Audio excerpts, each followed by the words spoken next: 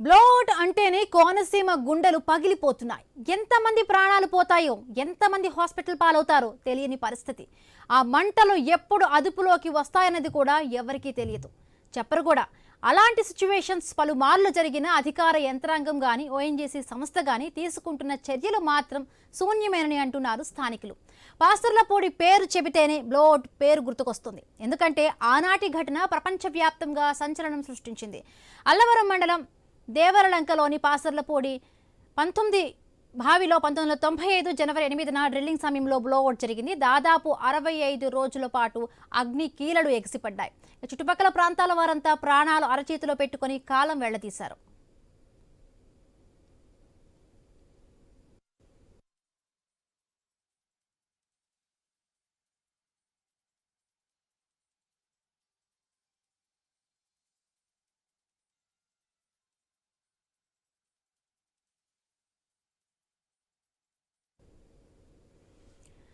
రాజోలు మండలం కొమరాడ 1 డ్రిల్లింగ్ సైట్లో 1993 మార్చి 20న బ్లోఅవుట్ జరిగింది. సైట్ నుంచి వచ్చిన చమురు కడలి డ్రైన్లో కలవడంతో పలు చోట్ల మంటలు చెలరేగాయి. వేల సంఖ్యలో కొబ్బరి చెట్లు బూడిదయ్యాయి. దాదాపు 26 రోజుల తర్వాత బావిని మూసేశారు. 1997లోనూ దేవరపల్లిలో జరిగిన బ్లోఅవుట్లో తీవ్ర నష్టం జరిగింది. 2014లో జరిగిన గేల్ విస్ఫోటనంలో 22 మంది చనిపోగా 18 మంది హాస్పిటల్ పాలయ్యారు. మామిడి కుదురు మండలం నగరంలోని గెయిల్కు చెందిన ట్రంక్ లైన్ పేలిపోయింది. ఈ ఘటన దేశవ్యాప్తంగా కూడా సంచలనం రేపింది. ఉప్పుడిలోనూ 2020లో బ్లోఅవుట్ జరిగింది. 3 రోజులు శ్రమించిన ఓఎన్జీసీ టీంలు మంటలను అదుపులోకి తీసుకొచ్చారు. ఇలా వరుసగా విస్ఫోటనాలు జరుగుతూనే ఉన్నాయి. మంటలకు జనం భీతిల్లిపోతున్నారు తప్పితే ప్రభుత్వ పరంగా గాను ఏజెన్సీల పరంగా గాను తీసుకున్న చర్యలు తాత్కాలికంగానే ఉంటున్నాయన్న విమర్శలు వస్తున్నాయి.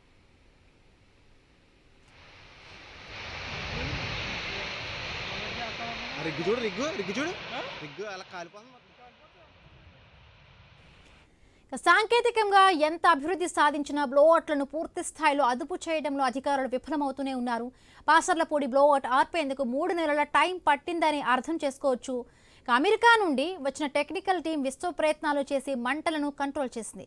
ఆనాటి వేడికి చుట్టుపక్కల ఉన్న చెట్లు మాడి మసైపోయాయి. అంతేకాదు బ్లోఅవుట్ నుంచి వచ్చిన శబ్దాల కారణంగా జనం వణికిపోయారు. దూరంలో ఉన్న అమలాపురం నగరంలో కూడా భవనాలు దెబ్బతిన్నాయంటే దాని ప్రభావం ఎంతగా ఉందో అర్థం చేసుకోవచ్చు అంటున్నారు నిపుణులు.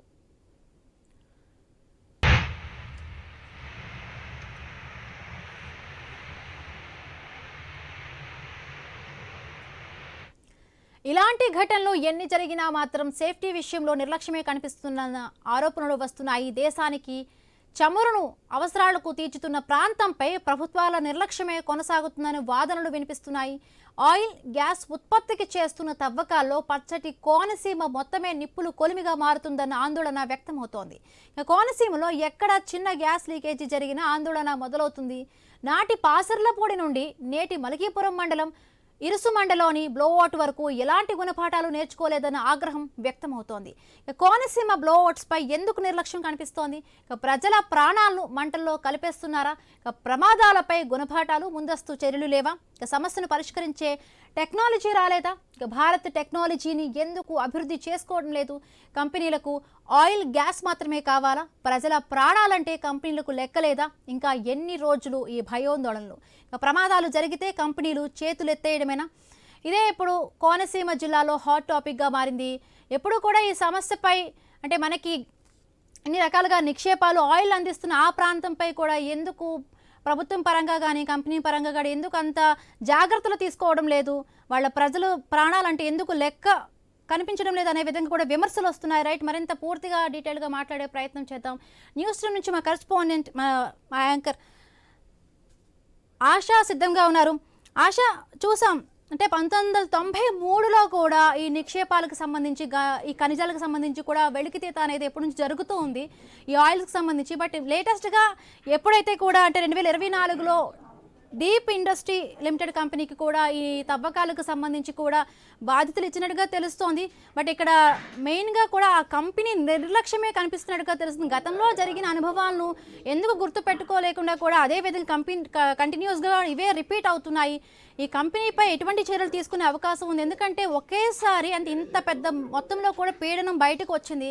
అక్కడ చెప్తున్న విమర్శ ఏంటంటే ఎక్కువ మంది ప్రాణాలు పోయి ఉండేవి. ఎలా అంటే ఒకేసారి గ్యాస్ మంటలు ఒకేసారి ఎగసిపడి ఉండి చాలా ఎక్కువ సంఖ్యలో ఓఎన్జీసీలో ఎవరైతే పనిచేస్తున్నారో ఆ కార్మికులందరూ కూడా చాలా ఎక్కువ సంఖ్యలో చనిపోయి ఉండేవారు, ప్రాణ నష్టం జరిగేదంటూ కూడా అంటున్నారు. బట్ గాడ్ గ్రేస్ అంతా జరగలేదు.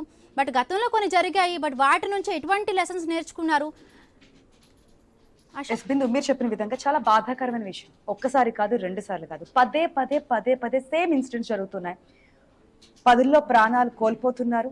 అదే 10ల సంఖ్యలో తీవ్ర గాయాలతో హాస్పిటల్స్ లో ట్రీట్మెంట్ పొందుతూ ఇంకా బెడ్ల మీదే ఉన్నవారి సంఖ్య మనకి చాలానే కనిపిస్తోంది. అయినప్పటికీ ఎందుకు ఈ నిర్లక్ష్యం? ఎక్కడ కనిపిస్తుంది నిర్లక్ష్యం? ఎందుకు ఒక్కసారి ప్రమాదం జరిగిన తర్వాత రేపటి రోజు ఈ ప్రమాదం జరగకుండా ముందుకెళ్ళాలంటారు? ఇంత టెక్నాలజీ డెవలప్ అవుతుంది, ఏకంగా అంతరిక్షం వైపు వెళ్ళడానికి అడుగులు వేస్తున్నాం. కానీ ఇక్కడ ఉన్నటువంటి సిచ్యువేషన్స్ లో ఎందుకు ఇటువంటి నిర్లక్ష్యం వల్ల మనము టెక్నాలజీని యూజ్ చేసుకోలేకపోతున్నామా? అసలు 26 రోజులు 60 రోజులు ఇంకా ఎన్ని రోజుల వరకు మనము ఎగసిపడుతున్న మంటల్ని కంట్రోల్ చేయలేకపోతున్నాం అంటే ఇప్పటి వరకు మీరు చాలా చెప్పారు. దాంట్లో కొన్ని మనం మెయిన్గా చెప్పాలంటే పాసర్లపూడి 1995లో జరిగింది. ఇది 1995లో జరిగినప్పుడు ఏకంగా జనవరి 8 ఇంకొక 2 రోజులు అయితే కనుక మనకి సేమ్ డే కింద ఉండేది. జనవరి 8 సేమ్ ఇదే టైంలో జరిగింది. అది కూడా అప్పుడు చాలా పెద్ద ప్రమాదమే జరిగింది. ఏకంగా 65 రోజులు పట్టింది. ఇప్పుడు ఎగసిపడుతున్న అగ్నికిరణలు ఏదైతే మనం చూస్తున్నామో నిన్నటి నుంచి కూడా ఇంకా కంట్రోల్ కాలేదని. సో ఆ రోజుల్లో 65 రోజులు పట్టింది అది కంట్రోల్ చేయడానికి. అది కూడా చాలా అతి కష్టం మీద నిపుణులను తీసుకురావడము, విదేశాల నుంచి వాళ్ళని తీసుకురావడము, అవన్నీ చేసిన తర్వాత మాత్రం అక్కడ కంట్రోల్ చేయడానికి ఆస్కారం లభించింది. పోనీ అప్పటికైనా గుణపాఠం నేర్చుకున్నారంటే అది కనిపించలేదు. మళ్ళీ 1997లో మనకి దేవరపురలో కనిపించింది. కానీ అప్పుడు చాలా తక్కువ టైంలోనే మనం మంటలని కంట్రోల్ చేస్తాము. 5 రోజుల్లోనే. ఫిబ్రవరి 19 అంటే ఇంచుమించు ఈ పీరియడ్లోనే జరిగింది. 19లో జరిగితే కనుక 24లో దాన్ని కంట్రోల్ చేశారు. పోనీ అప్పటికైనా గుణపాఠం, లేదంటే ఇది ఎందుకు జరుగుతోంది? ఒకవేళ ఏదైనా భారీ విస్ఫోటనం జరిగితే, మీరు ఇంతకుముందు చెప్పినట్టుగా ఇప్పుడు ఏంటంటే ఫస్ట్ మనకి గ్యాస్ లీక్ అవుతుందని చెప్పి తెలిసిన తర్వాత దాన్ని చూసారు కాబట్టి అక్కడ ఎవరో లేకుండా సేఫ్ జోన్ తీసుకెళ్లాలని చెప్పి సీఎం చెప్పారు. అధికారులు అందరూ అలర్ట్ అయ్యారు. ఆ ప్రమాదం అగ్నికిరణలు వచ్చినప్పటికీ అందరినీ దూర ప్రాంతాలకు తరలించారు. ఒకవేళ ఆ గ్యాస్ తో పాటు ఏదైతే మంట ఒక్కసారి వచ్చిందంటే గనక అది ఏ స్థాయిలో జరిగింది, ఇప్పుడు కూడా ఎంతమంది ప్రాణాలు కోల్పోయేవారు అనేది ఊహికందని విషయం.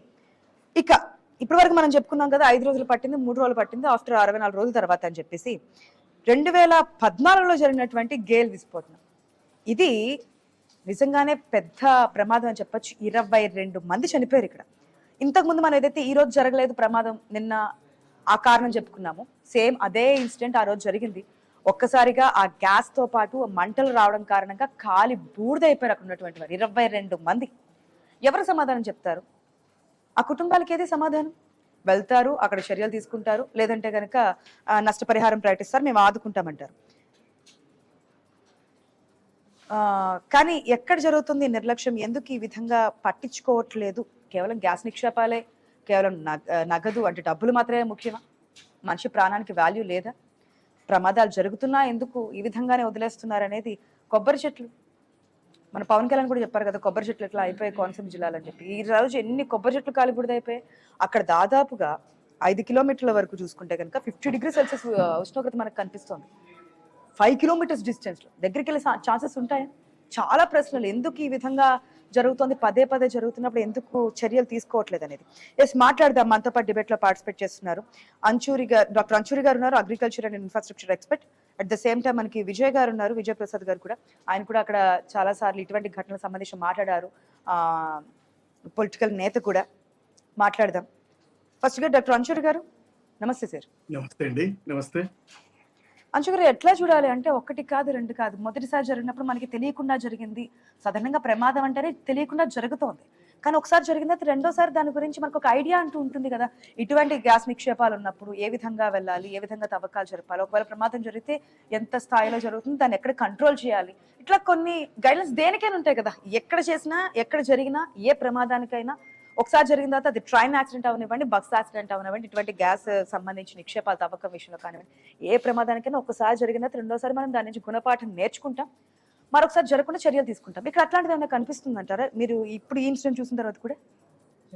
యాక్చువల్గా ఆశా గారు, ప్రాక్టికల్ గా స్పీకింగ్, ఎటువంటి హజార్డ్స్ అయినా, అంటే ఇప్పుడు ఒక ఆర్కిటెక్ట్ గా, ఒక ఇన్ఫ్రాస్ట్రక్చర్ ఎక్స్పర్ట్స్ గా మేము ఏం చేస్తామంటే ఒక ఇండస్ట్రియల్ జోనింగ్ కానీ, ఒక రెసిడెన్షియల్ జోనింగ్ కానీ, ఒక ఇన్స్టిట్యూషనల్ జోనింగ్ కానీ అలా వివిధ రకాలుగా నివసించే దానికి అక్కడ వర్క్ చేయడానికి ఒక జోనింగ్ ఉంటుంది. అందుకే ఇండస్ట్రీ అంటే ఒక్కొక్క దగ్గర ఒక్కొక్క హజార్డస్ అంటే ఇప్పుడు కెమికల్ ఇండస్ట్రీస్ దగ్గర ఒకలాగా ఉంటుంది. అంటే ఈ ఒక గ్యాస్ దగ్గరే కాకుండా మీరు ఏదైనా అంటే మామూలుగా కిచెన్ లో అయినా కూడా మనం చూస్తే కిచెన్ ఈజ్ ఐ మీన్ మన ఇంట్లో చూస్తే కూడా కిచెన్ ఈజ్ హజార్డస్ బికాజ్ అక్కడ కొన్ని గ్యాసెస్ కానీ మంటకి సంబంధించిన వస్తువులు ఉంటాయి కాబట్టి. అయితే ఈ ప్రత్యేకంగా మీరు చూస్తే ఎప్పుడైతే వర్క్ ఓవర్ అంటేనే పాతగా లేదా కొత్త చాలా కాలం నుంచి వాడడంలో ఉన్న వస్తువులు కాకుండా ఆ ఎక్విప్మెంట్స్ కానీ కొంచెం రిపేర్ చేయడం, దానికి ప్రత్యేకంగా మళ్ళీ రీయూజ్ చేయడానికి కొంచెం దానికి మరమ్మతు చేయడం అట్లా ఉంటుంది. ఎప్పుడైతే ఇటువంటి తరహా అంటే వర్క్ మనం టేక్ ఓవర్ చేస్తామో ఖచ్చితంగా ఈ హజార్డ్ అంటే యాక్సిడెంట్ అయ్యే ఛాన్సెస్ ఎక్కువ ఉంటాయి. హజార్డ్ అంటేనే యాక్సిడెంట్ అయ్యే ఛాన్సెస్ ఎక్కువ ఉంటాయి కాబట్టి ఖచ్చితంగా ఈ ఒక సిబ్బందులు కానీ ఇందులో ప్రత్యేకంగా చూస్తే మనం ఓఎన్జీసీ ఒక కంపెనీకి ఇచ్చింది, ఆ కంపెనీ చేస్తా ఉంది. వాళ్ళకి ఇచ్చిన స్టాండర్డ్ ఆపరేటింగ్ ఏదైతే ప్రొసీజర్స్ ఉంటాయో అది వాళ్ళు పాటించాలి. అది ఎంతవరకు పాటిస్తున్నారు ఇక్కడ చూస్తే ఇది ఎంతో పాతదండి, ఇది కొత్తది కాదు. ఎప్పుడైతే ఒక పాత నార్మల్ గా డ్రైనేజ్ పైప్ లైన్ మనం చేసేటప్పుడు ఎంతో ఇష్యూస్ ఉంటాయి, అటువంటిది ఇటువంటి హజార్డస్ గ్యాసియస్ అండ్ ఆయిల్ దానికి సంబంధించింది మాత్రం ఖచ్చితంగా అంటే ఇప్పుడు మనం చూస్తున్నాం నిన్నటి నుంచి ఇది అరేంజ్ చేస్తున్నాం, అది అరేంజ్ చేస్తున్నాం అంటే ఇది అరేంజ్ చేస్తున్నాం కాదండి. ఏదైనా చేసే ముందు దానికి కావలసిన ఏదైతే ఎక్స్పెక్టెడ్ హజార్డ్స్ ఉంటాయో, యాక్సిడెంట్ అయ్యే లెవెల్ ఏదైతే ఉంటుందో దాన్ని బట్టి మనం ఆల్రెడీ మనం అక్కడ ఉండవలసింది ఆర్ అందుబాటులోకి రావాల్సింది. సో ఇటువంటి తరహా సంఘటనలు కాకూడదు, అవుతే కూడా దానికి ఒక మిటిగేషన్, ఎప్పుడైతే డిజాస్టర్ అవుతుందో వెంటనే మిటిగేషన్ చేయాలి. ఇది ఒక ఎత్తు అయితే అంటే ఓఎన్జీసీ కానీ ఇటువంటి ప్రాంతాలలో అక్కడ కూడా మనుషులు ఉంటారు, ఎక్విప్మెంట్స్ ఉంటాయి, చుట్టుపక్కల ప్రాంతాలలో కొంత ఎవాక్యుయేట్ చేసే పరిస్థితి ఉంటుంది. కానీ జనరల్ గా పబ్లిక్ అండి ఒక ప్యానిక్ ఉంటారు. అంటే ఇప్పుడు ఎప్పుడైతే గ్యాసెస్ కి తెలియదు ఎటు వెళ్ళాలని, ఆర్ ఆయిల్ కంటైన్ చేయొచ్చు కానీ గ్యాస్ అంత ఈజీగా కంటైన్ చేయలేం కదండి. సో అక్కడున్న నివసించే చుట్టుపక్కల ఉన్న వ్యక్తులకి అదే రాత్రిపూట అయి ఉంటే కొంత తొందరగా తెలిసేది కాదండి. ఇది డే టైంలో లక్కీగా అంటే తెలిసింది కాబట్టి సరిపోయింది, కానీ అదర్వైజ్ ఈ స్మోక్ అనేది ఆర్ ఈ గ్యాసియస్ అనేది తొందరగా మానవుడికి కిల్ చేయడానికి అంటే ఒక 1 minute 2 minutes మనం ఇనేల్ చేస్తేనే చనిపోయే అవకాశం ఉంటుందండి. అయితే ఇది మనం మనుషులు ప్లస్ చెట్లు అనుకుంటాం. వాట్ అబౌట్ ద బయోడైవర్సిటీ అంటే జంతువులు అంటే మిగతా చాలా యానిమల్స్ ఉంటాయి. సో అవన్నీ మనం పక్షులు ఉంటాయి, అవన్నీ మనం దృష్టిలో పెట్టుకోవాలి. ఇక్కడ నెగ్లెక్ట్ అనేది ఎంతవరకు ఉందో మనం గమనించాలండి, సీరియస్ గా మనం తీసుకోవాలి. ఎందుకంటే మెయింటెనెన్స్ అయితే ఒక ఎత్తు అయితే ఈ పర్టికులర్ కేసులో ఎప్పుడైతే ఆ బావి మళ్ళీ మనం అంటే ఉపయోగించాలి అనేది అనుకున్నామో ఆ ఒక్క వర్క్ చేసేటప్పుడు ఖచ్చితంగా స్టాండర్డ్ ఆపరేటింగ్ ప్రొసీజర్ పాటించవలసిందేనండి. అక్కడ ఎక్విప్మెంట్స్ ఉండవలసిందే. అది కొంత ఇక్కడ ల్యాకింగ్ అనుకుని చెప్పాలి. లోపిస్తున్నాయి ఒకవేళ ఉంటే కనుక ఈ స్థాయిలో జరగడానికి ఏంటండి ఏదైతే స్టాండ్ ఎక్విప్మెంట్స్ కావాలో లేదంటే ప్రికాషన్స్ ముందు జాగ్రత్తలు తీసుకోవాలి, అవి లేకపోవడం వల్ల ఇంత ప్రమాదాలు జరుగుతున్నాయి. ఇన్ని రోజులు పడుతుంది కూడా, ఇప్పటి వరకు కంట్రోల్ కాలేదు. ఎన్ని రోజులు పడుతుందో తెలియదు. నిపుణులను తీసుకొస్తున్నాం అంటున్నారు, విదేశాల నుంచి రావాలంటున్నారు, టీం వస్తుంది అంటున్నారు, వాళ్ళతో చెక్ చేపిస్తున్నాం అంటున్నారు. కానీ ఎందుకు అంటే ఒకసారి జరిగినప్పుడు రెండోసారి మనకు కావాలిగా. టెక్నాలజీ ఇంత దూసుకెళ్తున్నప్పుడు కూడా ఆశ గారు దీనికి కావాల్సిన ఇంటెన్సిటీ ఎంత ఉందో అది ఎక్స్పెక్ట్ చేయడం అనేది డిజైన్ స్టేజ్ లో లేదా ఎప్పుడైతే వీళ్ళు వర్క్ మొదలు పెడతారో ఈ యొక్క సంస్థ చూడవలసిందే, ఆ ఎక్స్పర్ట్స్ అక్కడ ఉండవలసిందే. అది ఒక ఎత్తు అయితే చుట్టుపక్కల ఉన్న ప్రాంతాలకి వాళ్ళకి ఐడియా ఉండదండి. అంటే ఇప్పుడు నార్మల్ గా మనం ఒక బ్రిడ్జ్ మీద లేదా రోడ్ మీద కర్వ్ వెళ్ళేటప్పుడు అక్కడ హెచ్చరిక వస్తుందండి. ఆ హెచ్చరిక అంటేనే యాక్సిడెంట్ అయ్యేది. ఇటువంటి తరహా ఐసోలేటెడ్ ప్లేస్ లో ఉన్నా కూడా ఈ పాతపడ్డ బావిలు ఎప్పుడైతే మనం చూస్తామో ఈ రిస్క్ ఉంటుందండి. ఈ రిస్క్ ఉంటుందని అందరికీ తెలుసు. అయితే ఈ డిపార్ట్మెంట్స్ కానీ గవర్నమెంట్ అనేది రూల్స్ రెగ్యులేషన్ పాలసీస్ ఇచ్చిన తర్వాత కూడా పీరియాడికల్ గా చెక్ చేయడం, ఆ ప్రత్యేకంగా ఈ వర్క్ అవుతున్నప్పుడు ఆ ఎక్స్పర్ట్స్ అక్కడ ఉండవలసిందే. ఎందుకంటే సెక్యూరిటీ అనేది ఇప్పుడు నార్మల్ గా చూడండి, లా అండ్ ఆర్డర్ లో అక్కడ దొంగలు వచ్చిన తర్వాతనే పోలీసు రావడం అట్లా కాదు కదండి. Security surveillance is very important. అంటే ఒక సిబ్బంది అనేది వర్క్ చేస్తూ ఉండాలి, ఎక్విప్మెంట్స్ దగ్గర ఉండాలి.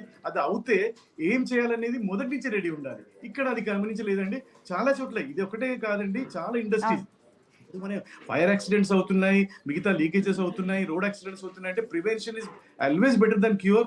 ఈ పర్టికులర్ అంటే గవర్నమెంట్ కి ఒక అంటే ఒక ప్రైవేట్ కంపెనీయా గవర్నమెంట్ అనేది కాకుండా ఈ ప్రివెన్షన్ తీసుకునేటప్పుడు కేర్ తీసుకున్నామా లేదా అనేది చూడాలంటే ఇందులో ఈ ప్రత్యేకంగా ప్రాణహాని కాలేదు కాబట్టి మనం కాస్త ఏదో హ్యాపీగా మోడ్ లో ఉన్నట్టున్నాం, కానీ అలా కాదండి. ఇది ఎప్పుడైనా ఇప్పుడు గ్యాసెస్ కానీ ఇప్పుడు కంటిన్యూస్ గా కలెక్టే కదా.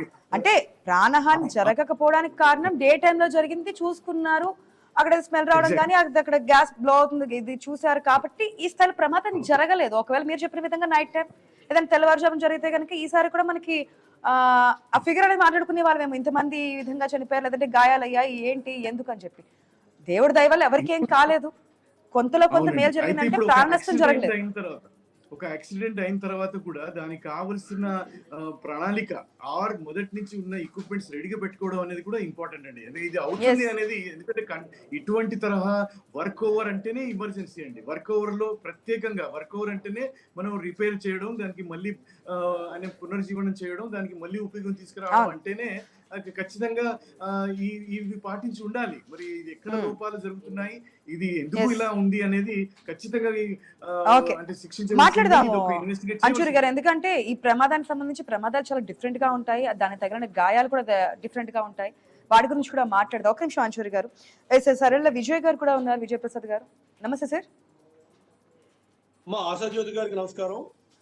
విజయ్ గారు, యాజ్ అడ్వకేట్ గా స్థానికంగా ఉన్నటువంటి పర్సన్ గా దీని గురించి మాకన్నా ఎక్కువగా మీకే తెలుస్తోంది, ఎన్నిసార్లు ఏ విధంగా జరిగింది, ప్రభుత్వం ఎటువంటి చర్యలు తీసుకుంటుంది, అక్కడ స్థానికంగా ఉన్నటువంటి ప్రజల గుండెలు ఏ విధంగా భయపడుతూ ఉంటాయి, ప్రతి క్షణం ఏమవుతుందో తెలియనటువంటి ఒక భయంతోనే గడుపుతూ ఉంటారు అక్కడ వాళ్ళు. ఎందుకంటే ఏ క్షణం ఏమవుతుందో తెలియదు, అక్కడ మినిమం ప్రికాషన్స్ ఉండవు, చర్యలు ఉండవు, అయిన తర్వాత అక్కడ వస్తాయి తప్పించి ఏవి కాకముందు అసలు ఏం జరిగింది ఏంటి, ఇక్కడ ఈ చర్యలు తీసుకోవాలా, ఇక్కడ ఏదైనా మనం చెయ్యాలా అనేది ఎక్కడ ఉండట్లేదు అనేది కదా ప్రజలు అక్కడ గ్రామస్తులు వాపోతున్నది. మీరేమంటారు? ఆశాజ్యోతి గారు మీకు నమస్కారం. లైవ్ లోకి వచ్చినందుకు. మాది సకినేటిపల్లి, మలికపురానికి 5 కిలోమీటర్ల ఇల్లు. నేను స్థానికంగా సర్పంచ్ గా ఇక్కడ నియోజకవర్గంలో ఎమ్మెల్యేగా కూడా కంటెస్ట్ చేసినట్టు అనుభవం నాకుంది. ఈ మా నియోజకవర్గంలో 70 ప్రాంతాల్లో కూడా నాకు అత్యంత అనుభవం వ్యక్తిగా ఈ కోనసీమలో ఇప్పటి వరకు 5 సార్లు భారీ విస్ఫోటనం బ్లోడ్ జరిగితే ఓఎన్జీసీ వారు ఎటువంటి చర్య తీసుకోవాలని తెలియ కదా. ప్రాణ నష్టం జరిగి 2014 సంవత్సరంలో నగరంలో 20 మంది చనిపోయి దేశవ్యాప్తంగా సంచలనం జరిగి ప్రపంచంలో ఒక పెద్ద విస్ఫోటనంగా జరిగితే కూడా దాన్ని పట్టించుకోలేదు.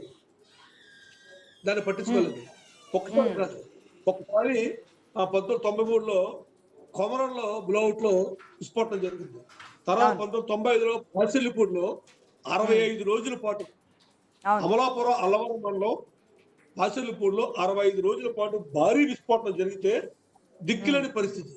ఈ కోనసీమలో సుమారు 7 నియోజకవర్గాలు ఈ కోనసీమ అందమైన ఈ కొబ్బరి చెట్లు, వరి, మగ రోడ్లు, చక్కని చెరువులు, చక్కని మామిడి తోటలు ఈ ప్రాంతం ఇప్పుడు ఏమనుకుంటారంటే జనం మా చుట్టుపక్కల ఒకసారి కొమరడ, ఒకసారి అలవరం, ఒకసారి కట్టెని కోనం, ఒకసారి నగరం, ఒకసారి గొల్లపాలెం, ఇలా 5-6 సార్లు బ్లౌట్లు ఒక్కసారి కనపడు భారీ ఎత్తున విస్ఫోటనం జరుగుతుంటే చుట్టుపక్కల 5-6 గ్రామాల ప్రజలు పారిపోతుంటే అసలు ఓన్ చేసేది ప్రభుత్వం కేంద్ర రాష్ట్ర ప్రభుత్వాలకి ఏమైనా చిత్తశుద్ధి ఉందో నేను అడుగుతాను.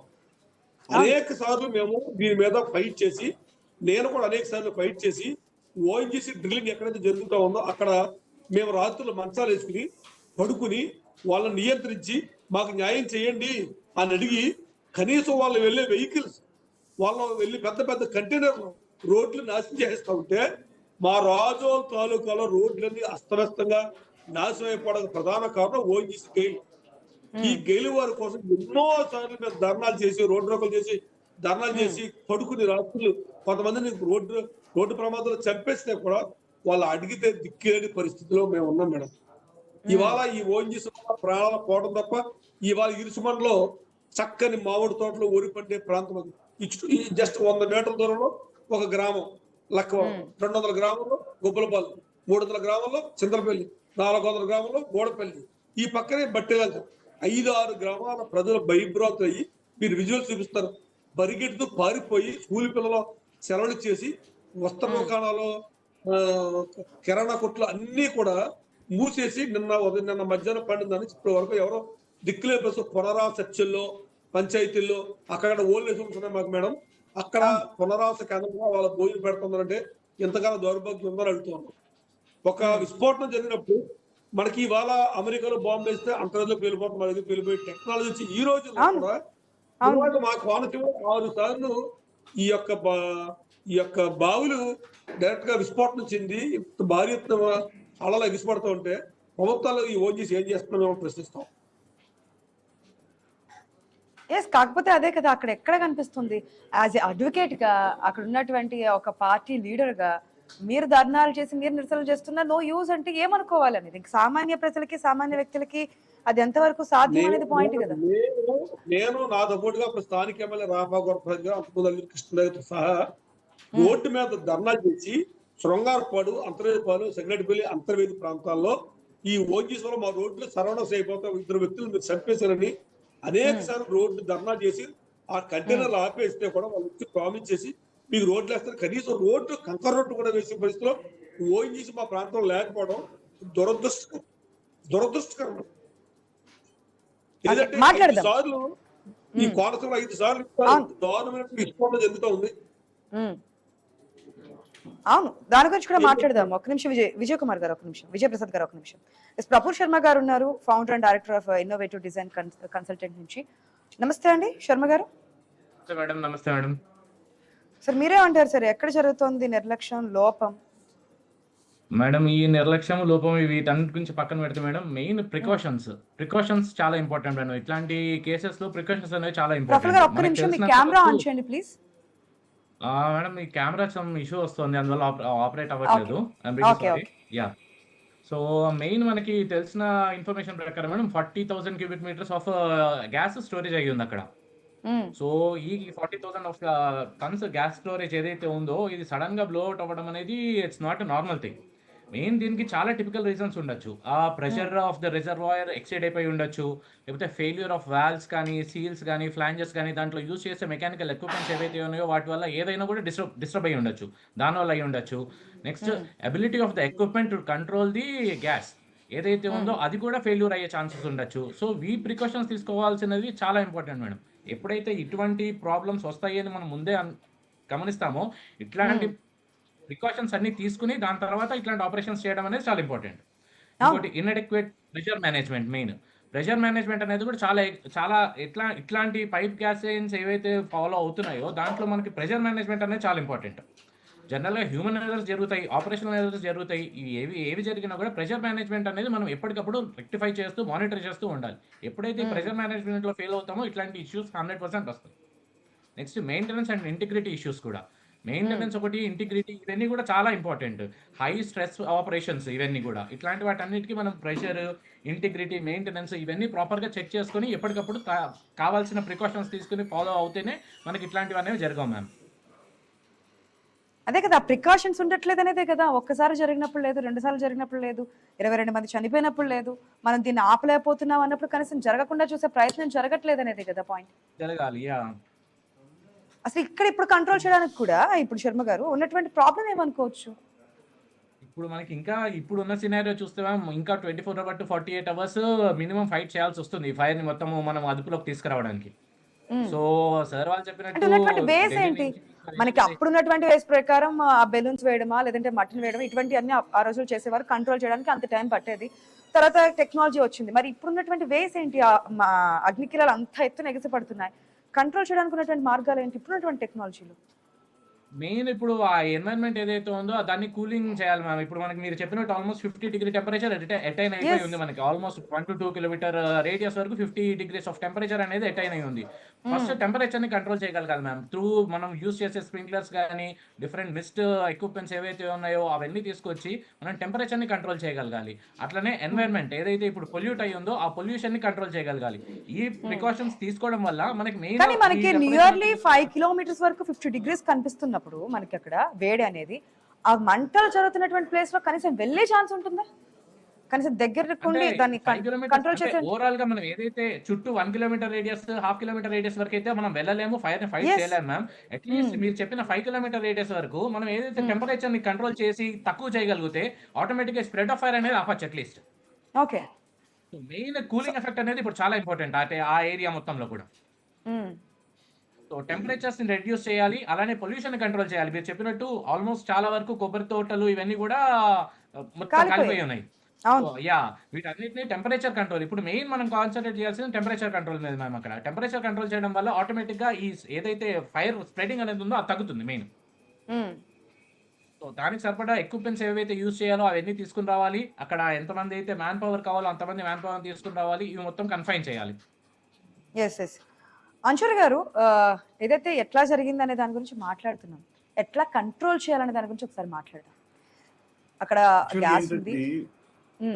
బేసిక్ ఏంటంటే ఇప్పుడు ఇది మ్యాన్ మేడ్ డిజాస్టర్ అండి. అంటే ఇది ఏదో యాక్సిడెంట్ అని కాదు, ఇది హజార్డ్ అవుతుందని తెలుసు. ఇటువంటి తరహా కావలసిన హజార్డ్స్ కి కావలసిన మిటిగేషన్ కానీ దానికి కావాల్సిన ఎక్విప్మెంట్స్ కానీ అవన్నీ రెడీగా పెట్టుకోవాలి అనేది తెలుసు. కానీ ఎందుకు కాలేదు? ఎందుకంటే వాళ్ళకి తెలుసు ఎంత క్వాంటిటీ అక్కడ ఉంది. అదేదో అంటే మామూలుగా మనం వాటర్ కోసం బోర్ వేస్తేనే ఇన్వెస్టిగేట్ చేసి అందులో చేస్తామండి. అటువంటిది ఇది అంత ఈజీగా తీసుకోవడానికి లేదండి. అండ్ ఇంకోటి ఏంటంటే ఇక్కడ ఇది అవుతుంది అనేది చుట్టుపక్కల ప్రాంతాల్లో పబ్లిక్ ఎంతవరకు తెలుసు? ఎందుకంటే అక్కడ ఇది అవుతుంది అంటే ఏమవుతుందంటే మనకు అక్కడ జాగ్రత్తగా పడతాం. సో అక్కడున్న అఫీషియల్స్ కి, వాళ్ళు అక్కడ ఉన్న అంటే ప్రాంతాల్లో ఉన్న నివసించే జనానికి అక్కడ ఐ న్యూస్ వెళ్ళి మాట్లాడుతున్నప్పుడు మా కరెస్పాండెంట్ తో అక్కడ ఉన్న వాళ్ళు చెప్తుంది ఏంటంటే, ఎన్నిసార్లు మా బాధలు చెప్పుకున్నా ఇంతేనా, కేవలం డబ్బే ముఖ్యమా, మా ప్రజల ప్రాణాల గురించి పట్టించుకోరా, ఇట్లాంటిది ఏదైనా జరిగినప్పుడు హడావుడిగా రావడం వెళ్ళడం తప్పించి మా గురించి ఏది లేదా, కేవలం ఓట్ల కోసమేనా అన్న ప్రశ్నలు అక్కడి నుంచి వస్తున్నాయి. డెఫినెట్ గా ఒక కామన్ మ్యాన్ కి ఏంటండి, ఇప్పుడు ఒక మైనింగ్ ఉన్నది అంటే ఇదొక టైప్ ఆఫ్ ఎక్స్ట్రాక్షన్ కదండి. ఇప్పుడు మామూలుగా ఇసుక తీసుకున్నా, కంకర్ తీసుకున్నా, బాక్సైట్ తీసుకున్నా, ఎటువంటి తీసుకున్నా అంటే కోల్ తీసుకున్నా అక్కడ మామూలుగా తీసుకునేది ఎక్స్ట్రాక్ట్ చేసేది మైనింగ్ ఉంది కాబట్టి. కానీ దానికి కావాల్సిన అంటే సేఫ్టీ సెక్యూరిటీ మెజర్స్ తీసుకుంటున్నా లేదా ఒక ఎత్తు అయితే, అది అక్కడ అవుతుంది అనేది ఈ పర్టికులర్ కేసులో మాత్రం నిర్లక్ష్యం అనేది ఎంతవరకు ఉంది అది ఇన్వెస్టిగేట్ చేయాలండి. ఎందుకంటే చుట్టుపక్కల ప్రాంతాల్లో ఇప్పుడు శర్మ గారు అన్నట్టు అది స్ప్రెడ్ అవుతుంది అంటే స్ప్రెడ్ కాకుండా ఉండడం అనేది చాలా ఇంపార్టెంట్. స్ప్రెడ్ అయింది అనుకోండి, అది ఇప్పుడు ఒక డైరెక్షన్ లో పోదండి, అన్ని డైరెక్షన్ లో పోతుంది. 365 డేస్ డైరెక్షన్ లో పోతున్నప్పుడు ఎయిర్ ఎటు ఉంటే అటే కదా, ఒకవేళ గ్యాస్ ఇటు పక్కన చూస్తుంటే ఎయిర్ అటు పక్కన చూస్తుంటే స్ప్రెడ్ అవుతుంది. డైరెక్షన్ ఎలా ఉంటే అటు డైరెక్షన్ ఎలా ఉంటుంది. అందులో ఏంటంటే ఇది కోస్టల్ ఏరియా కాబట్టి విండ్ అనేది ఎక్కువ ఉంటుంది, దానిలో రిస్క్ కూడా ఎక్కువ ఉంటుంది డెఫినెట్ గా. సో ఇక్కడ ఏంటంటే ప్రాణహాని కాకుండా చూసుకోవాలంటే ఇప్పుడు ఇది గ్యాసియస్ కదండి, గ్యాసియస్ ఇంకా హీట్, దానివల్ల చాలా ఇంకోటి చెట్టు కాలిపోతుంది అంటే చెట్టు నుంచి మళ్ళీ పొగ వస్తుంది. అంటే ఇప్పుడు ఆ ఫైర్ ఎప్పుడైతే స్ప్రెడ్ అవుతుందో ఆ తర్వాత మన even smoke is very dangerous. అంటే smoke kills the human actually. అంటే వేడి కంటే ఎక్కువ మనకి ఫైర్ కంటే ఎక్కువ స్మోక్ అనేది చాలా డేంజర్. ఎందుకంటే ఇన్హేల్ చేస్తామండి. మనిషి ఎంత కెపబుల్ ఉన్నా కూడా చిన్న పిల్లల నుంచి పెద్దోళ్ళ వరకు ఒక 30-35 సెకండ్స్ లోనే వాళ్ళకి అంటే అన్కాన్షియస్ అయిపోతారు. తర్వాత ఏం ఉండదండి, అంటే లైఫ్ అనేది వాళ్ళ చేతిలో ఉండదు. సో ఈ పర్టికులర్ కేసు ఇన్ఫాక్ట్ నేను అనేది ఏంటంటే ఈ మెయింటెనెన్స్ తో పాటు అది ఎంత వరకు అంటే ఎంత దూరం వరకు ఉండే వరకు ఎఫెక్ట్ ఉంటుందంటారు? అంటే ఇఫెక్ట్ అనేది అది స్ప్రెడ్ కావడానికి ఎంత స్ప్రెడ్ అవుతుందో అలా స్ప్రెడ్ అవుతూనే ఉంటుంది. ఎందుకంటే అది కంటిన్యూస్ చైన్ టర్మ్ కదండి. అది ఇప్పుడు మంట అనేది అంతవరకే కాకుండా స్ప్రెడ్ అవుతుంది. అంటే స్మోక్ అనేది ఎలాగైతే కాలుతూ పోతుందో అలా స్ప్రెడ్ అవుతూ ఉంటుంది. అది అక్కడ ఉన్న చెట్లు, అక్కడ ఉన్న అందుకే ఇందాక సార్ అన్నట్టు దానిలో అక్కడ కంటైన్ చేయాలి, అది ఎక్స్టెండ్ కాకుండా చూడాలి అంటే వెంటనే మనకి అక్కడ కెనాల్ అంటే వాటర్ సోర్సెస్ చూసుకోవడం, అది ఎక్స్టెండ్ కాకుండా చూడడం చూసుకోవాల్సిన అవసరం ఉంటుంది. స్వామి గారు ఉన్నారు, రీజనల్ ఫైర్ ఆఫీసర్, మనతో పాటు ఫోన్ లైన్ లో. స్వామి గారు నమస్తే అండి. నమస్తే అండి. నమస్తే మేడం. నమస్తే స్వామి గారు, చాలా డౌట్స్ అయితే ఉన్నాయి. ఇట్లా అంటే విస్ఫోటనాలు జరిగినప్పుడు ఏ విధంగా దాన్ని కంట్రోల్ చేయాలి, ప్రెసెంట్ ఉన్నటువంటి టెక్నాలజీ ప్రకారం మనకు ఉన్నటువంటి ఆప్షన్స్ ఏంటి అని? అంటే ఎస్పెషల్లీ ఈ టైప్ ఆఫ్ ఇన్సిడెంట్స్ అంటే ఇది మనకు ఆయిల్ అండ్ న్యాచురల్ గ్యాస్ కు సంబంధించినటువంటి ఒక స్పెసిఫిక్ ఆర్గనైజేషన్ ఉంది కాబట్టి వీటికి సంబంధించినటువంటి ఒక ఎక్విప్మెంట్ కానివ్వండి, వీటికి సంబంధించినటువంటి యొక్క ఇన్సిడెంట్స్ ఏదైనా జరిగినప్పుడు ఎలా యాక్ట్ కావాలని చెప్పి కొన్ని స్టాండర్డ్ ఆపరేటింగ్ ప్రొసీజర్స్ ఉంటాయి. దానికి అనుగుణంగానే వారి దగ్గర ఈ యొక్క మ్యాసివ్ ఇన్సిడెంట్ సంబంధించినటువంటి ట్యాక్లింగ్ ఎక్విప్మెంట్, అంటే ఇన్సిడెంట్ జరిగిన తర్వాత ఆ ఇన్సిడెంట్ ని సప్రెస్ కావడానికి కావాల్సిన ఎక్విప్మెంట్ కానీ వాళ్ళ దగ్గర ఉంటుంది. బట్ మనకు నిన్న జరిగినటువంటి మల్కీపురం ఇన్సిడెంట్ కి సంబంధించి ఈ ఇన్సిడెంట్ లో ఇప్పటి వరకు అంటే నిన్నటి యొక్క మనకు ఆరిజిన్ ఆఫ్ టైం నుంచి ఈ రోజుకి మ్యాసివ్ గా అంటే ఒక 70% తగ్గిపోయిందండి మనకు యొక్క గ్యాస్ అవుట్పుట్ కానివ్వండి, ఫ్లేమ్స్ కానివ్వండి, ఎవ్రీథింగ్. ప్రజెంట్ ఇప్పుడు నిన్నటి సివియారిటీ తీసుకుంటే ఈ రోజుకి మనకు 30% మాత్రమే ఉంది. ప్లస్ ఓఎన్జీసీ నుంచి ఎక్స్పర్ట్ టీమ్ ఏదైతే క్యాపింగ్ అండ్ సీలింగ్ చేసేటువంటి టీము ఢిల్లీ నుంచి రావడం జరిగింది. వారు ఇంకా ప్రిన్సెస్ కు చేరుకోలేదు. మీన్ వైల్ ఈ యొక్క ప్రిన్సెస్ చుట్టుపక్కల ఉన్నటువంటి యొక్క ఏవైతే పంట పొలాలు ఉన్నాయో, పంట పొలాలు కానివ్వండి, లేకపోతే ఈ పంట పొలాల్లో ఉన్నటువంటి యొక్క కొబ్బరి చెట్లు వీటికి సంబంధించి ఎఫెక్ట్ కాకుండా ప్రస్తుతము థర్మల్ కూలింగ్ అంటారు. అంటే ఈ రిగ్గు ఫైర్ అయినటువంటి యొక్క ప్రాంతం నుంచి సర్టన్ రేడియస్ లో మనకు టెంపరేచర్ రైజ్ అవుతా ఉంటుంది రేడియేషన్ ఎఫెక్ట్ వలన. ఈ రేడియేషన్ ఎఫెక్ట్ ని మాక్సిమం కంట్రోల్ ఉండే విధంగా మనకున్నటువంటి ఫైర్ సర్వీస్ సంబంధించిన వాటర్ టెండర్స్ మాక్సిమం మేము డిప్లాయ్ చేయడం జరిగింది. ఎందుకంటే ఓఎన్జీసీ వారి దగ్గర ఇంకొక క్వశ్చన్ కూడా ఏంటంటే, వెంటనే చూసుకుంటే గనక ఈ ప్రమాదం ఇంకాస్త తక్కువ స్థాయిలో ఉంటుందా, లేదంటే ఆ గ్యాస్ లీక్ అవుతున్న దాన్ని బట్టి అది అంతే ప్రమాదం జరుగుతుందా అనేది? ఎందుకంటే ఇక్కడ నైట్ టైం జరుగుంటే ప్రమాదం వేరే స్థాయిలో ఉండదు, ఎందుకంటే స్ప్రెడ్డింగ్ అనేది ఎక్కువగా ఉండేది కాబట్టి వెంటనే బట్టి ఒకవేళ అందరూ చూస్తుండగా మనకు ఒక ఐడియా ఉంది కాబట్టి ఈ ప్రమాదం ఇక్కడతో ఆగిందనేది ఒకటి వినిపిస్తోంది. సహాయక చర్యలు ఎప్పటికప్పుడు అక్కడ చేస్తున్నప్పుడు ఏదైనా ఏ క్షణమైనా జరగచ్చు అనుకున్నప్పుడు అక్కడ మినిమం ప్రికాషన్స్ జాగ్రత్తలు తీసుకోవాలి కదా. అది కానీ ఉండుంటే ఇంత స్థాయిలో జరగదు అంటున్నారు, అనుకోవచ్చే? దీని గురించి అంటే ఇక్కడ మాకు తెలిసిన విషయం అంటే ఓఎన్జీసీ ఆర్గనైజేషన్ కానీ డీప్ ఇండస్ట్రీస్ లిమిటెడ్ అనే ఒక అదర్ కంపెనీకి లీజ్ ఇచ్చారు అని చెప్పి ఇక్కడికి వచ్చిన తర్వాత మాకు తెలియడం జరిగింది.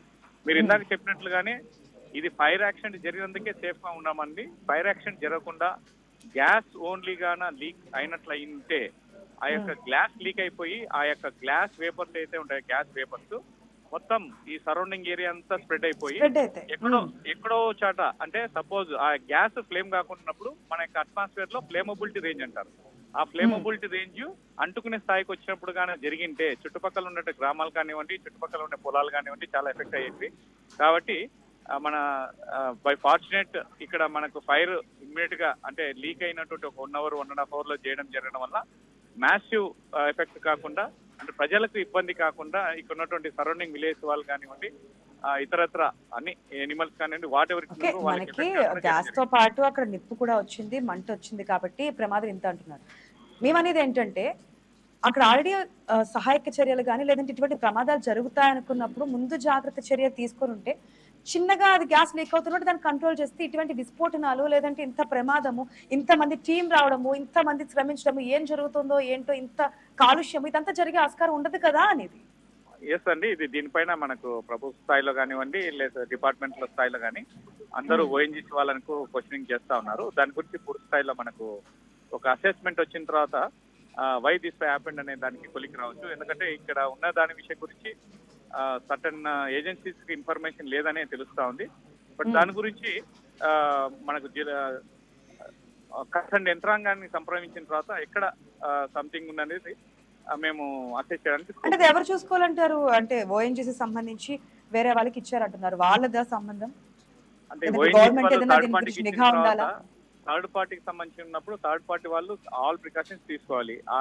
మోర్ ఓవర్ దానికి సంబంధించిన ఇన్ఫర్మేషన్ అన్ని శాఖలకు ఇవ్వాలి అనేది రూల్ ఉంది. దానికి సంబంధించి సమ్ ఇన్ఫర్మేషన్ గ్యాప్ ఉంది ఓఎన్జీసీ నుంచి అని చెప్తే క్లియర్ కట్ గా మనకు తెలుస్తా ఉంది. దీనిపైన ఫర్దర్ ఏ రకమైనటువంటి యొక్క వాళ్ళ నుంచి ఇన్ఫర్మేషన్ తీసుకోవాలని చెప్పి కన్సర్న్ మనకు డిస్ట్రిక్ట్ యంత్రాంగం కానివ్వండి, లేకపోతే ఉన్నటువంటి యొక్క ప్రజాప్రతినిధులు కానివ్వండి, ప్రభుత్వం తరఫున కానివ్వండి, ఈ ఇష్యూ పైన ఆ ఇన్ఫర్మేషన్ గురించి కొద్దిగా సేకరిస్తా ఉన్నారండి. ఓకే ఓకే అండి, ఎస్ విజయ్ ప్రసాద్ గారు, దాదాపుగా అన్ని రీజన్స్ గురించి తెలుసుకుంటున్నాం. అసలు ఏం జరిగింది ఏంటి అనేది, జరిగిన తర్వాత అక్కడ ఉన్నటువంటి స్థానికులకు అక్కడే ఉంటే కనుక జరిగే ప్రమాదం ఏంటి, వాళ్ళ లంగ్స్కి కానీ వారి రాబోయే రోజుల్లో కానీ ఎటువంటి పరిస్థితిని ఎదుర్కొంటారనేది డాక్టర్ గారికి చెప్పారు. అక్కడ అగ్ని ప్రమాదం సంబంధించి ఎట్లా జరిగింది, అక్కడ ఎటువంటి సహాయక చర్యలు లేవు కాబట్టి ఏ స్థాయిలో జరిగింది, అక్కడ థర్డ్ పార్టీ ఉన్నారు కాబట్టి అనేది మనకి ఫైర్ సంబంధించి చెప్తూ ఉన్నారు. మీరు ఇప్పటి వరకు కొట్లాడారు, ధర్నాలు చేశారు, నిరసనలు చేశారు, అయినప్పటికీ ప్రయోజనం లేకుండా పోయింది. ఈసారి ఏంటి, ఇప్పటికైనా సరే ప్రభుత్వంలో చలనం వస్తుంది అనుకుంటున్నారా ఈ విస్ఫోటనాలకు సంబంధించి గోదావరి జిల్లాలో? గ్యాస్ లీకేజ్ సంబంధించి? మా రాజోలు నియోజకవర్గంలో 200 ఓఎన్జీసీ బావులు ఉన్నాయి. అత్యధికంగా శృంగారపాడు, గొల్లపాలు, కేసీపల్లి, బోరి, మోరుపూడు నగరం నుంచి కొన్ని వందల కంటైనర్ల పైప్ లైన్లు ఆయిల్ కొన్ని లక్షల కోట్ల ఆస్తి కేవలం మా రాజోలు నియోజకవర్గం నుంచి వెళ్తాం. ఎక్కడైనా మీరు రెండు చూపిస్తాను, ఎక్కడా కూడా వీళ్ళకి సెక్యూరిటీ కానీ దిక్కు కానీ ఉండదు. అలా బాగా చుట్టూ ఫెన్సింగ్ వేసి వెళ్ళిపోతారో పట్టించుకునే భయం ఉండదు. ఒక డాక్టర్ అంటే గౌరవం, ఒక విలేకరు అంటే గౌరవం, ఒక ఉపాధ్యాయుడు గౌరవం, ఒక ప్రతినిధి గౌరవం. ఓఎన్జీసీ అంటే మాకు లెక్కలేదు. ఎవరికి ఇప్పుడైతే ప్రాణభయం పట్టించుకుంటున్నాను. మీరు ఇంకా చెప్పండి మేడం, మలిక్కిపురంలో శృంగారపరిచి పైపు లైన్, పెద్ద పైపు లైన్ ఇళ్ల మధ్యలో వెళ్ళిపోతుంది. ఇళ్ల మధ్యలో నుంచి వెళ్ళిపోతే కనీసం ఇక్కడ ఓఎన్జీసీ ఉంది అని ఒక సిగ్నల్ పెట్టే పరిస్థితి కూడా మాకు లేదు. ఓఎన్జీసీ పైపు లైన్ వెళ్తుంది, మీరు జాగ్రత్తగా ఉండండి చెప్పే దిక్కు మాకు లేదు. విజయప్రసాద్ గారు ఉన్నటువంటి ప్రజలకు ఏమైనా ఇండికేషన్స్ ఉంటాయా? అంటే మీకు ఇట్లాంటి స్మెల్ వచ్చినప్పుడు కాల్ చేయండి, ఇట్లాంటిది ఏదైనా మీకు అనిపిస్తున్నప్పుడు అప్రమత్తం చేయండి, అట్లాంటివి ఏమైనా వారికైనా కనీసం అవగాహన కల్పిస్తారా? అసలు మేడం ఈ 200 బావులు కాడ ఎక్కడ గమనిక అనే బోర్డులే ఉండవు. ముందస్తు అనేది మాకు ఉండదు, ఫస్ట్ ఎయిడ్ అనేది ఉండదు. ప్రజలతో వీళ్ళకి సంబంధాలు లేవు, ప్రజలతో పని లేదు. కొన్ని లక్షల కోట్ల ఆస్తి ఇక్కడి నుంచి గుజరాత్ దోసుకుపోవడం తప్పితే ఇక్కడ ఎటువంటి లేదు. నేను ప్రత్యక్షంగా మీరు వస్తూ చూపిస్తాను. ఏమి ఉండదు, రోడ్డు వేయరు, మమ్మల్ని పట్టించుకోరు. కనీసం ఇంత టెక్నాలజీ పెరిగినా ఇంత దారుణమైనటువంటి ఈ కోనసీమలో మా నియోజకవర్గంలో ఇప్పటికి 7 సార్లు 6 సార్లు ఇంత బ్లోఅవుట్ అయితే దిక్కు ముక్కు లేక మేము బతుకుతున్నాం. ప్రాణాలు చేతబట్టి పారిపోతా ఉన్నాం. ఎక్కడ డ్రిడ్జింగ్ బావి ఉన్నా ఇవన్నీ ఖాళీ మాటలు. ఎక్కడ డ్రిడ్జింగ్ బావి ఉన్నా 100 మీటర్ల దూరంలో మాకు ఇల్లు ఉంటాయి, 100 మీటర్ల దూరంలో పశువులు ఉంటాయి, 100 మీటర్ల దూరంలో వరిసేలు ఉంటాయి, 100 మీటర్ల దూరం గడ్డి, మీకు చూసారు గడ్డి మేట్లు కూడా ఉంటాయి, పొలాల మధ్యలో ఉంటాయి, ఇళ్ల మధ్యలో ఉంటాయి. మా ప్రాణాలకు రక్షణ ఏది? నగరంలో 2014లో ఈ ప్రపంచవ్యాప్తంగా దేశవ్యాప్తంగా సంచలనం 22 మంది దహనం అయిపోయి 18 మంది దిక్కులేని వెళ్ళిపోయి కొన్ని ఇల్లు అట్టుకుపోతే ఏం జరిగింది మేడం? అసలు ఏం జరిగింది? ప్రజలు కూడా ఏం జరిగింది? ఇవాళ మలికిపురం జరగబోతుంది, గొల్లబోలు ఎల్లుండి మోరేమవుతుంది. అసలు మా బ్రతుకేంటి? మా పరిస్థితి ఏంటి? ఎక్కడున్నారు ఈ పాలకులు? ఎక్కడుంది కేంద్ర ప్రభుత్వం? ఇవన్నీ ఫైర్ వస్తుందా, ఇంకోటి వస్తుందా? ఇంత టెక్నాలజీ పెరిగి అమెరికాలో ఫోన్ చేస్తే క్షణంలో, ఇప్పుడు మీరు లైవ్కి వస్తే జూమ్ లో క్షణంలో కలిసేనే ఇంత టెక్నాలజీ పెరిగిపోయి ఈ రోజుల్లో కూడా 20 రోజుల వరకు మేము ఆపలేమంటే సిగ్గు కదా మేడం ఇది. 20 రోజుల వరకు మేము ఆపే శక్తి మా దగ్గర లేదు. ఇంకా మాకు కెనాల్స్ ఉంటాయి, ఈ వాటర్ కెనాల్స్ ఉన్నాయి కనుక మా వాటర్ కూడా ఆపుతూ ఉన్నారు. మాకు చుట్టుపక్కల డ్రైన్స్, గోదావరి వచ్చే నీళ్లు ఉంటాయి కనుక మాకు ఎప్పటికప్పుడు కొంత రక్షణ కలుగుతుంది మాకు ఈ ఫైర్ వల్ల. విజయప్రసాద్ గారు, ఓకే, విస్ఫోటనం జరిగినప్పుడు మేము మాట్లాడుతూ ఉంటాం, ప్రభుత్వాలు అక్కడికి వస్తారు, అధికారులు అక్కడికి వస్తారు, అక్కడ ఆ మంటలను అదుపు చేసే వరకు మాత్రం అందరూ శ్రమిస్తుంటారు, మాట్లాడుతుంటారు. ఆ ఎఫెక్ట్ ఎన్ని రోజులు ఉంటుంది అక్కడ ఉన్నటువంటి వారికి? సుమారు నిన్నటి నుంచి అండి మేడం, కలెక్టర్ గారు వచ్చి చెప్పారు, మా స్థానిక ఎమ్మెల్యే కూడా అక్కడే ఉన్నారు, ఎంపీ గారు కూడా అక్కడే ఉన్నారు. కానీ కిలోమీటర్ వరకు మాత్రం ఖాళీ చేయమంటే 5 కిలోమీటర్ వరకు ఎవరు కాపురం లేరండి. 5 గ్రామాల్లో 5 కిలోమీటర్స్ బంధువులింటికి చుట్టుపక్కల కొంతమంది పేదలు అయితే చర్చల్లోకి, ఓల్డ్ హోమ్లోకి, పంచాయతీల్లోకి పారిపోయి వాళ్ళ మీకు విజువల్స్ కూడా పెడతాను, అక్కడ భోజనం చేస్తున్నారు. వాళ్ళు అనేక మంది ధనవంతులు, అనేక మంది మానవతావాదులు వాళ్ళకి సహాయం చేస్తూ ఉన్నారు. ఎంత దూరం అండి ఇది? ఎక్కడుందని ఇంకా ఎక్కడుంది అలా ఓఎన్జీసీ? ఇది ఆపడానికి దిక్కులేదు. ప్రధాన రోడ్డు ఉంది, అక్కడ కాలువలు ఉన్నాయి, వెళ్ళడానికి అన్ని అనుకూలం ఉన్నాయి. చక్కగా ఇప్పుడు ఈ ఇరుసుమంట ఎక్కడైతే ఉందో చుట్టూ మీరు చూడండి, విజువల్స్ మీరు చూపిస్తూ ఉన్నారో. కొబ్బరి చెట్టు, మామిడి, మా గోడపల్లి మామిడి అంటే ఎంతో ప్రసిద్ధి. ఆ మామిడి తోటలో వరి చేను, కొబ్బరి చెట్ల మధ్యలో చక్కని ప్రాంతం సర్వనాశి. మాకు కొబ్బరి చెట్టు, ఒక కొబ్బరికాయ మాకు 25 రూపాయలు కొంటారు మేడం. దానివల్ల మేము బ్రతుకుతాం. కొబ్బరి చెట్లు సర్వనాశం. అవును, గోదావరి జిల్లాలో కొబ్బరి చెట్టు అంటే పెద్ద కొడుకుని ఎక్కువగా చూస్తూ ఉంటారు, ఎందుకంటే ఆ ప్రాంత వాసులం కాబట్టి.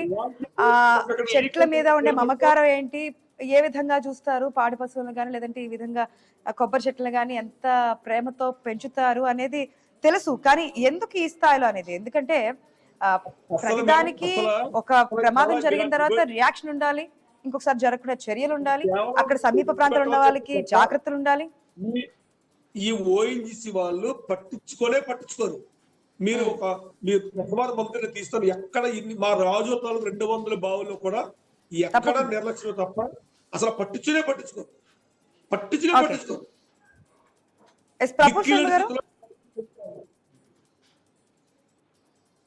శర్మ గారు మేడం చెప్పండి మేడం. ఫైనల్ గా ఏం చెప్తారు, అసలు ఏ విధంగా ముందుకెళ్ళాలి ఇప్పటికైనా సరే? మేడం ఎటువంటి నేనేం గైడ్ లైన్స్ ఉండాలి, చెప్పాలనుకుంటున్నానంటే ఇప్పుడు ఎటువంటి ఏదైతే జాగ్రత్తలు తీసుకోవాలి? అయ్యిందో దీని వల్ల చాలా ఇష్యూస్ అయితే ఉంటాయి మ్యామ్ మనకి ఫ్యూచర్లో. నెక్స్ట్ 3 months వరకు ఆ ఎయిర్ పొల్యూషన్, ఈ కంటామినేషన్ అనేది డెఫినెట్గా ఉంటుంది. సో వీటన్నిటిని మనం ఎన్విరాన్మెంటల్ రెమిడియేషన్ అనేది చాలా ఇంపార్టెంట్ ఇప్పుడు. So air quality management first thing. So at least 3 to 6 months అక్కడ ఎయిర్ కంట్రోల్ ఏదైతే ఉందో ఇది మొత్తము డిఫరెంట్ మీటర్స్ ఇవన్నీ యూస్ చేస్తూ ఎయిర్ పొల్యూషన్, ఎయిర్ కంట్రోల్ అనేది ఎట్లా ఉందనేది చెక్ చేసుకోవాలి. Because they are so many people who are going to live there. అక్కడ చాలా మంది ప్రజలు వాళ్ళందరూ ఉండాలి మళ్ళీ వచ్చి, ఎందుకంటే వాళ్ళ హౌసెస్, వాళ్ళ ఇల్లు వాళ్ళు అక్కడే ఉండాలి కాబట్టి వాళ్ళకి వేరే ఆప్షన్ ఉండదు. సో ఎయిర్ కంట్రోల్ మేనేజ్మెంట్ అనేది చాలా important. Next soil redemption. Next మనకి ఇప్పుడు దీనివల్ల ఈ గ్యాస్ ఇది మొత్తం సాయిల్లోకి వెళ్ళి నెక్స్ట్ ఈ ఫైర్ వల్ల సాయిల్ అనేది కంపల్సరీ కంటామినేట్ అయిపోతుంది. అట్లనే అక్కడ మనకు పంటలు, పొలాలు ఇవన్నీ కూడా మీరు చెప్పినట్టు కొబ్బరి చెట్లు, మామిడి చెట్లు ఇవన్నీ వేసుకుంటాం అన్ని కాబట్టి కాలిపోయాయి.